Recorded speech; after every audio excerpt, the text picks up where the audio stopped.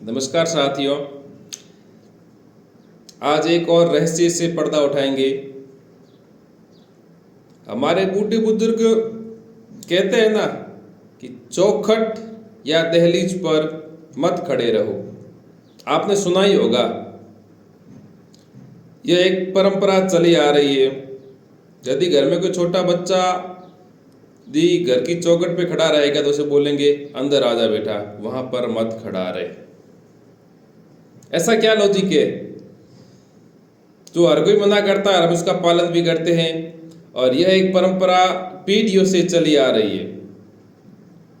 कुछ बूढ़े बुजुर्गों को नॉलेज भी होगा, उनका कहना भी सही है कि वहाँ पे किस कारण खड़ा नहीं रहना चाहिए। एक बात तो सच हो गई कि हमारे जो बूढ़े बुजुर्ग लोग कहते हैं वो सही बात है, उस पर तो आप यकीन करते ही होगा। हाँ, कुछ ना कुछ तो रीजन है, इसी कारण वो मना करते हैं। तो मैं आज आपको उसी रीजन पर चर्चा करेंगे कि वो ऐसा क्यों कहते थे, उससे क्या नुकसान होता है, क्या फायदा होता है, उसके बारे में थोड़ी सी चर्चा करेंगे।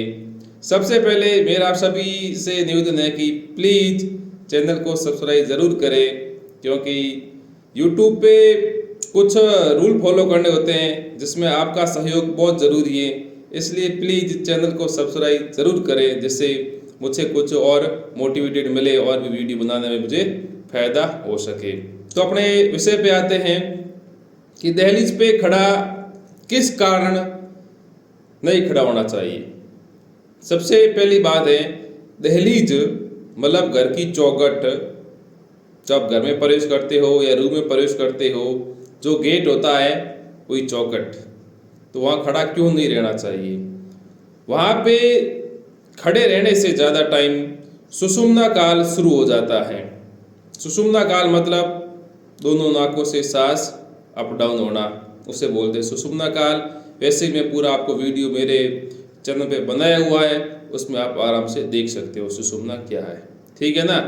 तो वहाँ पे खड़ा रहने से सुषुम्ना काल शुरू हो जाता है, और सुषुम्ना काल मतलब उस समय जो भी आप कहोगे वो कथन सही हो जाएगा, रॉन्ग कहोगे तो भी सही हो जाएगा।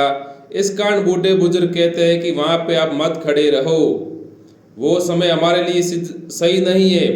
फॉर एग्जाम्पल मान चलो कि आपको कहीं जाना है और आप 2 मिनट के लिए वहाँ पे खड़े हो गए सुषुम्ना काल के अंदर, और फिर आप सीधे रवाना हो गए अपने गंतव्य की ओर, तो वो हो सकता है सौर विज्ञान कहता है कि वो आपके लिए फायदेमंद नहीं होगा।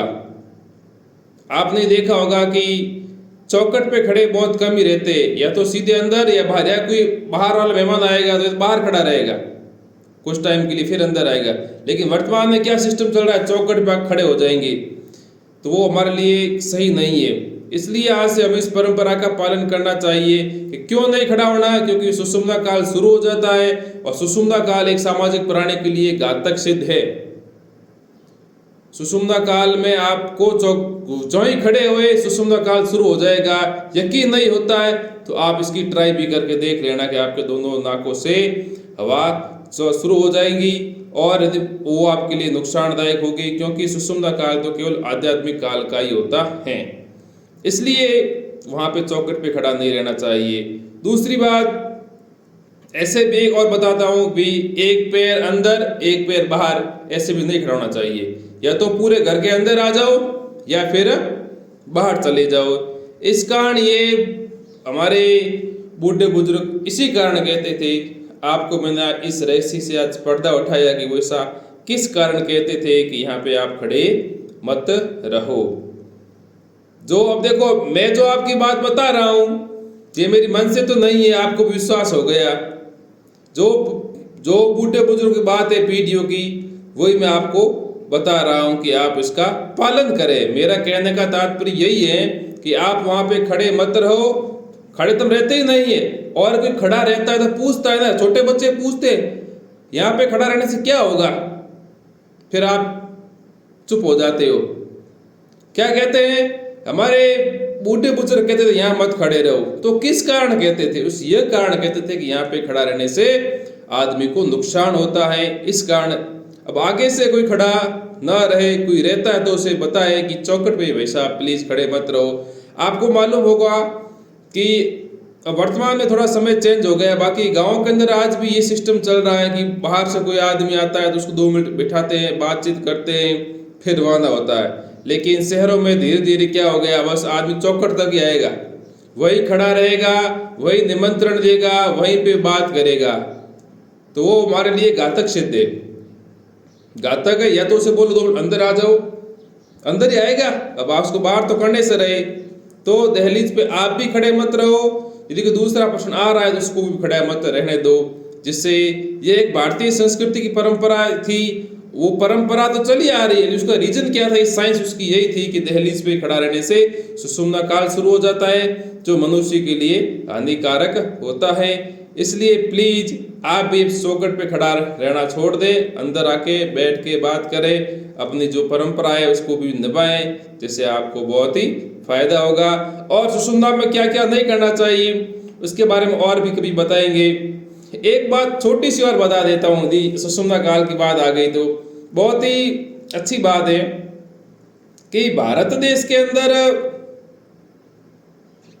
भारत देश हो चाहे कहीं पे हो, कि विकलांग बालक पैदा किस कारण होते हैं, तो उसका यही रीजन है कि वो जो बीज होता है सुषुम्ना काल के अंदर गिर जाता है, इसकी वजह से बच्चे विकलांग पैदा होते हैं।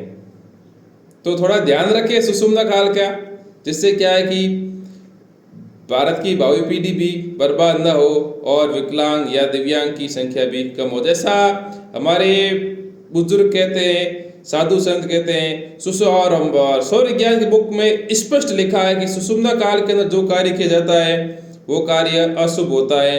तो ये भी ध्यान रखना कि सुषुम्ना काल के अंदर बीज पड़ गया तो या तो विकलांग बालक, दिव्यांग बालक पैदा होगा, या फिर आपका गर्भ नाश होगा।